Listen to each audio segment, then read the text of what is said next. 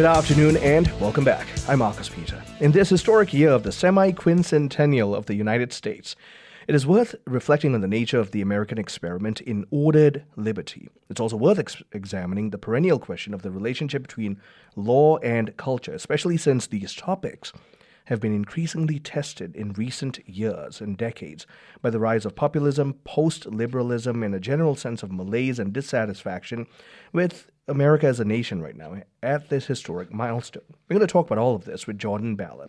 Dr. Jordan Ballor, he is Director of Research at the Center for Religion, Culture, and Democracy, an initiative of the First Liberty Institute. He's also Doctor of Theology from the University of Zurich, and he holds a Ph.D. from Calvin Theological Seminary. Jordan, great to speak with you again. How are you? It's great to be here. Thanks so much for having me. No, I'm always glad to reconnect with you. And we get to branch off from Kuiper today. That's fun. That's right. I could probably find a way to connect it back to Kuiper if you like, but yeah, we've got some other things to talk about, I think. Yeah, okay, so I've been calling this the $50 word of the year, semi-quincentennial. It's easy to stumble over. It quite literally is easy to stumble over. I want to begin by asking you to just speak generally to the fact that this great political experiment, the great American experiment, has reached 250. So that means there's a lot to be grateful for, but there's also something unprecedented about this republic and how it has lasted this long. Share with us about that. Indeed. It is remarkable. I think the founders did call it in their own time and would still think of it today as providential. Mm-hmm. The more that you learn about the era of the colonial times and the transition through the revolutionary period into the early republic, the more you recognize that it was an unlikely enterprise. England was the most powerful empire, quite literally, on the face of the planet, and we had a colonial insurrection that ultimately succeeded. Many harrowing moments, acts of bravery, and acts of God, really, you could say, to save, for example, the Continental Army at various points during the war. But not only in the kind of struggle for independence, the quite literal struggle for independence that was fought on the battlefields, but in the formation of the new nation, in its laws, in its mores, the wisdom that we had in that founding era to construct a republican government, a free government, a government of free people who were set on self-determination and self-government. Quite exceptional. Sometimes you can think of the phrase in terms of American exceptionalism. It's certainly an exceptional event in the history of mankind to see something like this happen, and then to perdure through these 2.5 centuries. Certainly we've had struggles, important ones, things that we've needed to overcome, but quite remarkable and I would say quite providential. Perduring as it has, we have seen, as you rightly note, a rise of populism and post-liberalism. We've talked about this briefly in the past, but I want to invite you to just define these terms for our listeners, because they've been seeing them around. It's good that we put names to the movements. Yeah, so there are various historical expressions of populism in American history and throughout broader Western and European history. One way of thinking about populism is that it's an appeal to the people. It's an appeal to the masses. It's an appeal to what you might call democracy. Of course, democracy, we tend to think of that in America in a positive way. And certainly that's in the name of the institution I represent, the Center for Religion, Culture, and Democracy, a famous work by Alexis de Tocqueville called Democracy in America.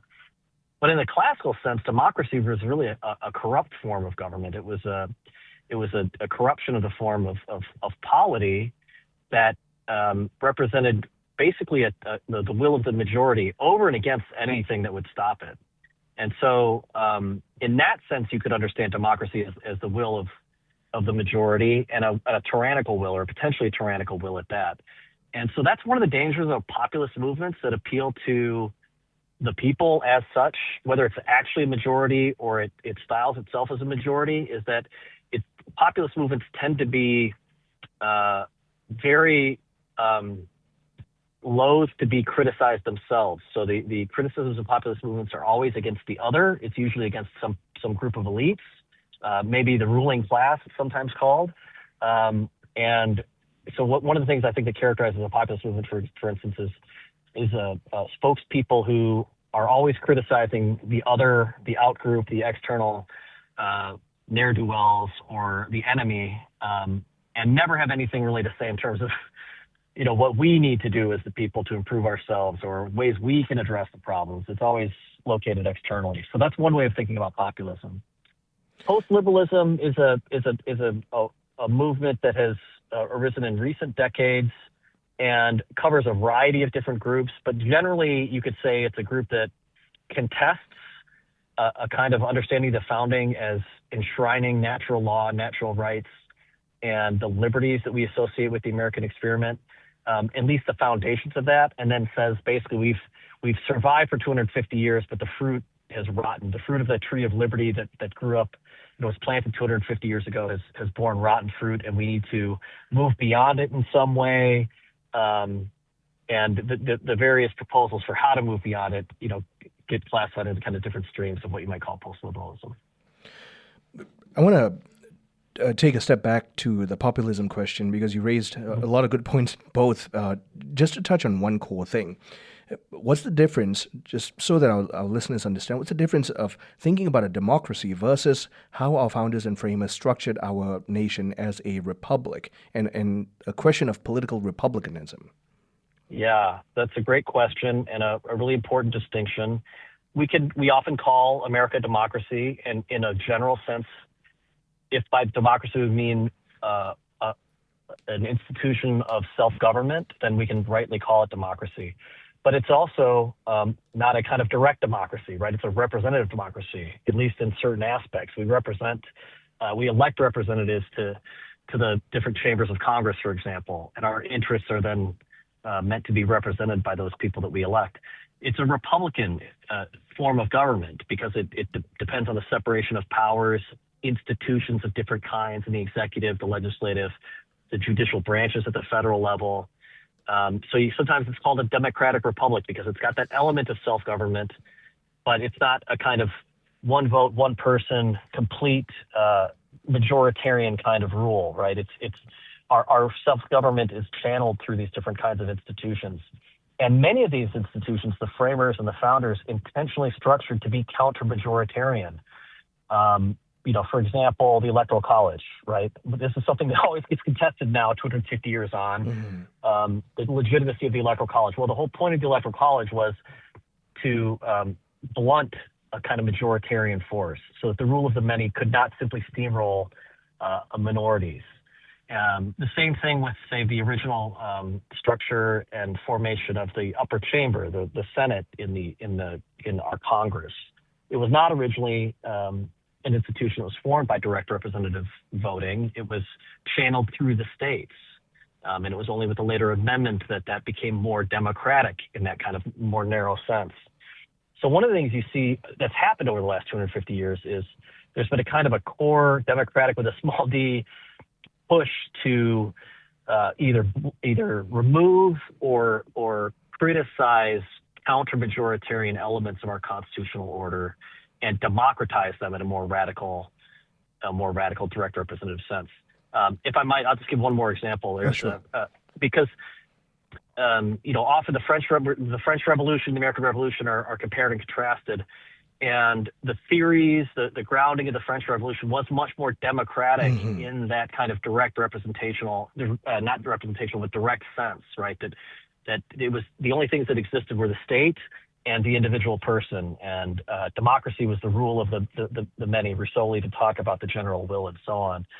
And so some of that's reflected in state structures in the United States. So there were experiments with unicameral legislative bodies at the state level that ultimately failed. And so you see things that are more democratic 250 years ago becoming more counter-majoritarian through history as well.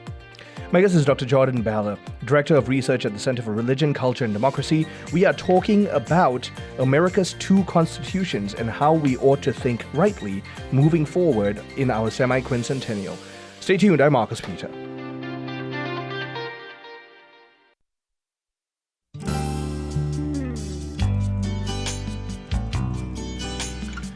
Good afternoon and welcome back. I'm Marcus Pete. I'm talking with Dr. Jordan Ballor.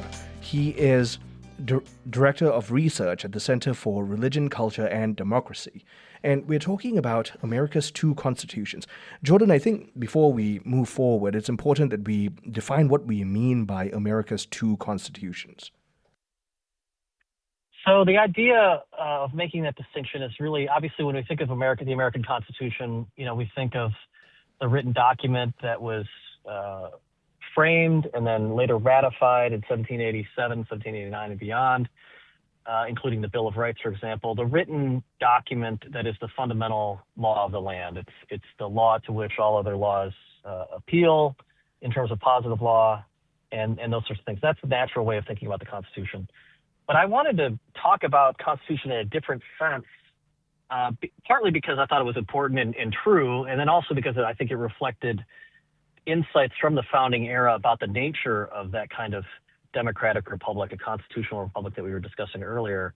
And that's the moral constitution of society. So you can think of Constitution in that kind of written sense, and then an unwritten sense that describes the virtue of the people, the customs, the mores, the kinds of things that we permit and don't permit, the kinds of things that we praise, the kinds of things that we prohibit and criticize, not just through our written law, but through our approbation and through our criticism. And so the founders had a really deep sense that, yes, of course, it was important to have a good written constitution, and there were great debates and struggles over how to structure the government in a kind of institutional sense. But they also realized that nothing that human beings create, including governments and written documents and written constitutions, are uncorruptible, and that you need a virtuous citizenry, most especially in a democratic republic, to have a flourishing society. And so there was an emphasis on that relationship between the written law and the unwritten moral constitution of the people in the founding era. There's a very Russell Kirk root to how you're thinking about this, too. And so in that book, The Roots of American Order, Russell Kirk talks about the numerous sources that informs how this nation was founded, intellectual as well as, dare I say, philosophical and maybe even spiritual sources. And so he talks about the Christian roots. He also talks about, well, he specifically names Jerusalem. I argue Sinai, then Jerusalem. He talks about English constitutionalism. So would you please just briefly touch on these sources to talk about how eclectic and robust and rich the thought of the founders were in this great political experiment? So one of the more interesting conversations you tend to encounter in conversations about America at 250 is, well, what were the sources, the intellectual sources of a document like, say, the Declaration of Independence? And more broadly, what were the influences on the thought and the intellectual formation of the founders themselves? And Kirk's book, The Roots of American Order, does a fantastic job tracing how broad those roots are and how deep and far back they go. So you could see continuity, of course, broadly speaking, in the American experiment and the American founding with what we often call Western civilization more broadly. Certainly great continuity is there, but also certainly things that are new and new expressions of old ideas.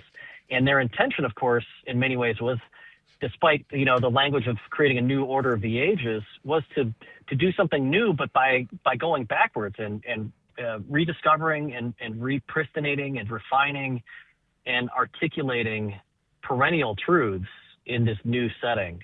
So the new thing about the United States is it's a new dynamic engagement with these older sources to create something that on their accounting had not been seen before. So you have certainly the Judeo-Christian tradition, if you want to speak in those terms, the influence of the Hebrew scriptures, of the New Testament, foremost among the influences on the American founding, and largely because of that spiritual and moral constitution of the people. 98% of the colonists were Christians of one kind or another.